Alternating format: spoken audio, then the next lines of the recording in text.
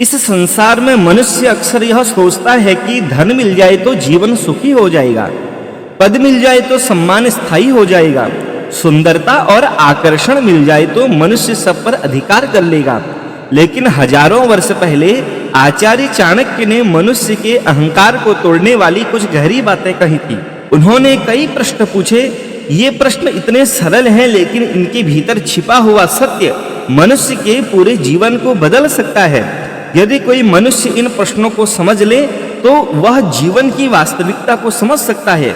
आचार्य चाणक्य कहते हैं, ऐसा कौन है जिससे दौलत पाने के बाद मस्ती नहीं आई?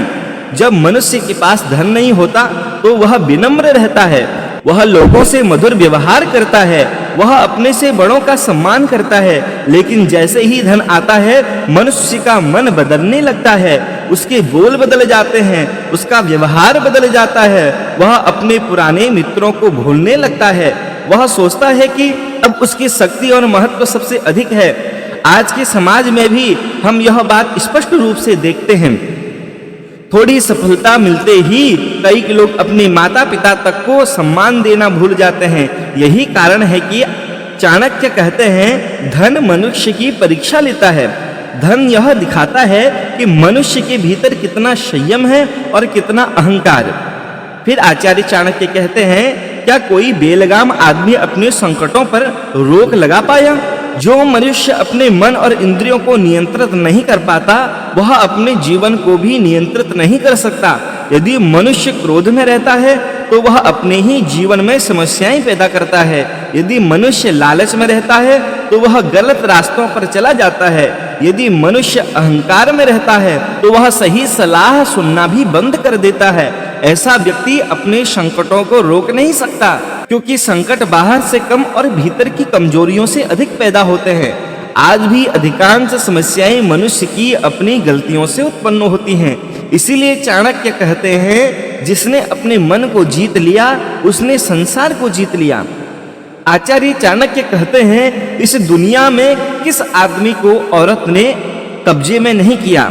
इस वाक्य का गहरा अर्थ समझना चाहिए। यह केवल स्त्री की बात नहीं है, यह मनुष्य के मोह और आकर्षण की बात है। मोह मनुष्य को अपने बस में कर लेता है। कभी यह मोह सुंदरता का होता है, कभी यह मोह धन का होता है, कभी यह मोह शक्ति का होता है।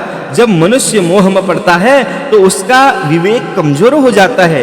इतिहास में अनेक शक्तिशाली राजा केवल मोह के कारण अपना राज्य तक खो बैठे। इसलिए चाणक्य कहते हैं, मोह से सावधान रहो।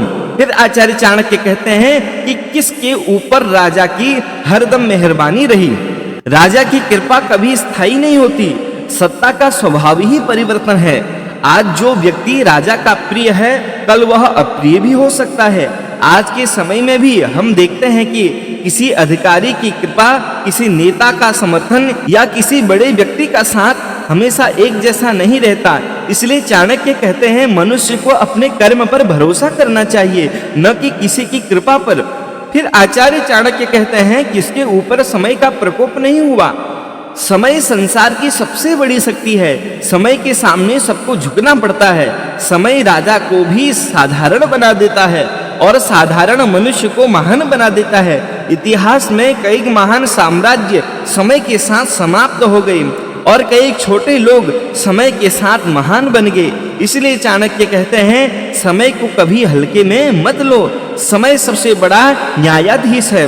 फिर कहते हैं, किस भिखारी को यहाँ शोहरत मिली? सिर्फ मांगने से सम्मान नहीं मिलता। सम्मान पाने के लिए मनुष्य को कर्म करना पड़ता है, परिश्रम करना पड़ता है, योग्यता बनानी पड़ती है। आज भी समाज उसी व्यक्ति को सम्मान देता है जो कुछ निर्माण करता है, जो कुछ योगदान देता है, जो दूसरों के लिए उपयोगी होता है।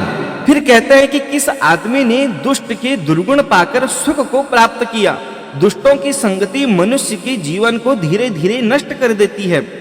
जब मनुष्य बुरे लोगों के साथ रहता है तो वह उनके विचार अपनाने लगता है। पहले वह छोटे छोटे गलत काम करता है, फिर धीरे धीरे वही गलतियां उसके जीवन का हिस्सा बन जाती हैं और अंत में उसे दुख और पछतावा ही मिलता है। इसलिए चाणक्य कहते हैं, संगति मनुष्य के जीवन का सबसे बड़ा प्रभाव है। अच्छे लोगों के साथ रहो तो जीवन ऊंचा उठता है और बुरे लोगों के साथ रहो तो जीवन नीचे गिरता है। आचार्य चाणक्य के ये प्रश्न साधारण प्रश्न नहीं है, ये मनुष्य को उसकी वास्तविकता दिखाते हैं। धन पर घमंड मत करो, मोह में मत फंसो, किसी की कृपा पर निर्भर मत रहो, समय का सम्मान करो और बुरी संगति से दूर रहो। जो मनुष्य इन बातों को समझ लेता है उसका जीवन संतुलित और सफल हो जाता है।